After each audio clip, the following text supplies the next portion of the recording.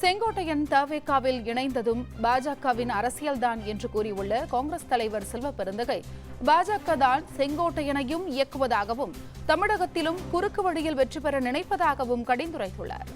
தேர்தல் ஆணையம் என்பது ஒன்றிய அரசு, பிரதமர் நரேந்திர மோடி அவர்கள், பாஜக ஆட்சியாளர்கள் என்ன சொல்றாங்களோ அதனுடைய கைப்பாவையை தான் தேர்தல் ஆணையம். பீகார் ஆகட்டும், ஹரியானா ஆகட்டும், மகாராஷ்டிரா ஆகட்டும், டெல்லி ஆகட்டும், எல்லா தேர்தலையும் தொடர்ந்து தவறுதலா தான் செஞ்சுட்டு வராங்க. ஆகையால இதை உச்ச நீதிமன்றத்தில் தான் அணுகணும். இது நீண்ட நெடிய நாட்கள் இப்படி செய்வதை மக்கள் அனுமதிக்க மாட்டார்கள். மக்களுக்கும் ஒரு எழுச்சி வந்திருக்கிறது. ஆகையால் இதையெல்லாம் கைவிட வேண்டும். குறுக்கு வழியில் வெற்றி பெறுவதை பாஜக கைவிட வேண்டும். பாஜக இல்லாமல் எந்த அரசியலும் இருக்கக்கூடாதுன்னு நினைக்கிறார்கள். இன்று செங்கோட்டையன் விஜயோடு சேர்ந்ததாகட்டும், அவர்கள் இயக்குகின்ற அரசியல் அமைப்புகள் ஆகட்டும் என்னென்ன செய்து கொண்டிருக்கிறார் என்பதை மக்கள் கூர்ந்து கவனித்துக் கொண்டிருக்கிறார்கள். இந்த அரசியல் நீண்ட நெடிய நாட்களுக்கு நீடிக்காது. ஒருபோதும் ஆட்சியை பிடிக்க முடியாது. இந்தியா கூட்டணி வலிமையாக இருக்கிறது.